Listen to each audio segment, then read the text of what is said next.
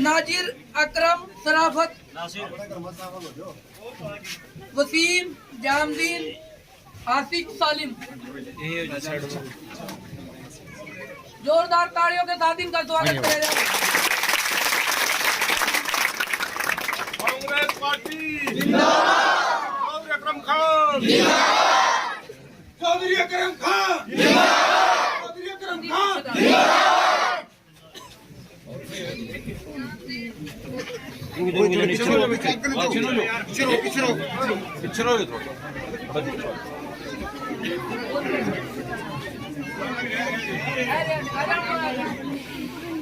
इधर बढ़ जा।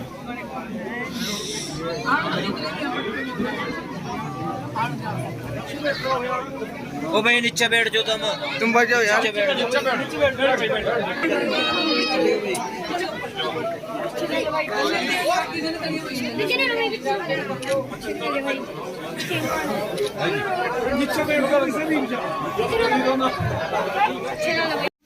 सबसे पहले तो आप सबका बहुत बहुत शुक्रिया, आप सबका बहुत बहुत धन्यवाद। आप लोग सभी इकट्ठे हुए इस प्रोग्राम में शिरकत करने के लिए, और इस प्रोग्राम के आयोजक सभी गांव वाले और भाई साजिद और जितने भी आयोजक हैं सबका बहुत बहुत शुक्रिया। देखो, ये जो सरकार है 8 साल पहले, जैसा प्रदीप वाघेला जी ने बताया कि महंगाई के मुद्दे पे एक इनका मुद्दा था कि किसान का कि आमदनी दुगनी कर देंगे 2022 तक। 22 जा गया, अब 23 शुरू हो गया। ना महंगाई में कोई कमी, ना नौजवानों को रोजगार, ना इलाके में कोई डेवलपमेंट। अब ज़्यादा लंबी चौड़ी बात तो नहीं करूँगा, लेकिन इतना कहूँगा कि 5 साल जब कांग्रेस का राज था, जहाँ से आप लोगों ने मुझे विधायक बनाया था, जितने काम उस वक्त आपके गाँवों में हुए, किसी भी इलाके किसी भी गांव में, जरा आपका गाँव नहीं कहूँगा, किसी में चले जाओ, पड़ोस पड़ोस के में चले जाओ, अपने गांव में देख लो, खिल्लावाड़ा में देख लो, इधर जाटोवाड़ा में देख लो, मेघूवाड़ा, सारे गांव में जितने काम गांव की गलियां और जो भी और काम होने थे, हमने जितने पैसे दिए हैं इन 8 साल के दौरान, उसका 8वां हिस्सा भी इस सरकार में नहीं दिया। और ये जरूर है, आज ये मेरे साथी हैं जिन्होंने अभी पार्टी में शामिल हुए हैं। वैसे तो मैं वो शामिल ही थे तो, लेकिन चलो ये थोड़ा सा पटके गले में पहना के इनका थोड़ा वो करना पड़े, जैसे कि पत्रकार साथी भी हमारे वो कहते भी करो भाई, शामिल करो। लेकिन मैं तो ये मानता हूँ ये तो कोई इनकी खास जरूरत नहीं है। मैं तो ये मानता हूँ सारे अपने ही है, कोई इसमें दिक्कत वाली बात नहीं है, अपने साथी हैं सारे साथ। ये है कि हाँ भटका देते हैं लोग, और भटकाते किस वजह से? इसी वजह से कि भाई ये गांव एकजुट होके एक तरफ चलता है, इनमें 2 पार्टियां, उसमें चाहे उन्हें 5 मिले, चाहे 10 मिले, चाहे 15 मिले, उनका तो फायदा ही है। और गांव में ऐसी पार्टीबाजी खड़ी कर रहे, रोज रोज की लड़ाई झगड़ों। तो इनसे होशियार रहे, इनकी बातों में ना आए। और अब हमारी यात्रा थी, राहुल गांधी जी आए थे हरियाणा में, आपने फोनों पे देखा होगा, खबरों में भी पढ़ा होगा, टीवी में भी देखा होगा। टीवी वाले तो कम ही दिखाते हैं, लेकिन फोन पे बहुत आए हैं। पानीपत से पंजाब तक हम साथ चले, जो हरियाणा के लोगों ने उनको समर्थन दिया है।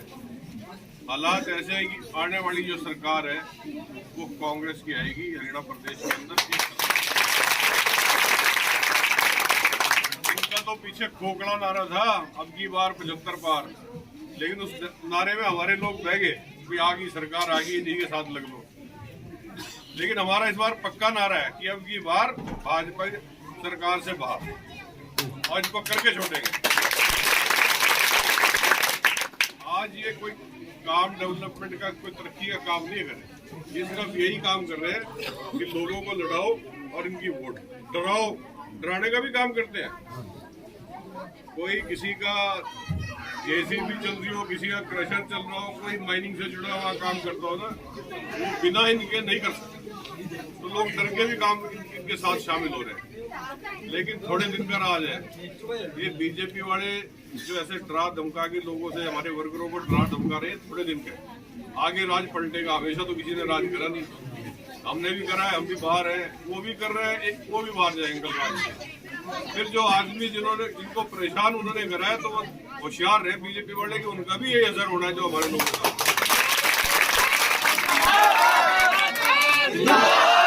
इससे डरने की कोई जरूरत नहीं। अपने गांव में इकट्ठे रहो, अपनी बूथ पे मजबूत करो पार्टी को, कांग्रेस को, सब इकट्ठे होकर काम करो। कोई नाराजगी किसी वजह से हो सकती है, लेकिन अभी तो हम सत्ता से बाहर है 8 साल से। अब जब सत्ता से बाहर है तो नाराजगी कोई वैसी किसी के आने जाने की कोई भी नहीं हो, मान सकता हूँ।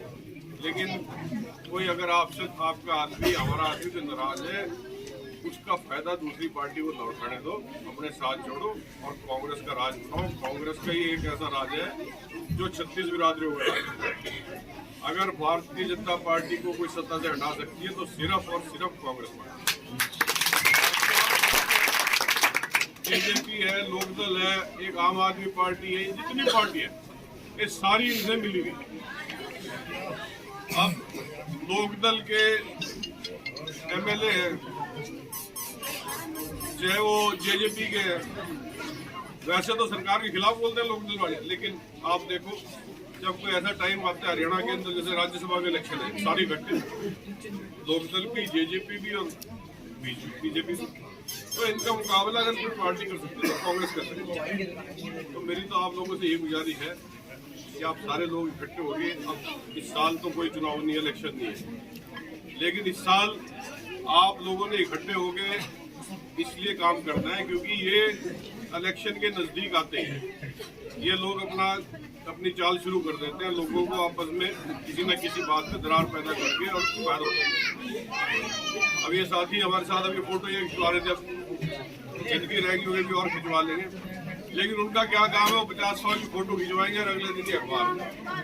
और खासकर दूसरे लोग हैं, जैसे हमारे साथी एक बैठे हैं यहाँ, इनको दिखाएंगे ले भाई, पहले तो आप लोग जब वोट मांगने आते थे आप कहते थे यहाँ नहीं हो, नीचे मांग लो। अब इनके पास जाता हूँ, नीचे के हम तो ठीक है, ऊपर देख लो। तो ये हालात ना खराब, अपना राज बनाओ और आपका अपना राज है कांग्रेस का राज। और ये इतना काम पहले करा है, इससे दोगुना करेंगे।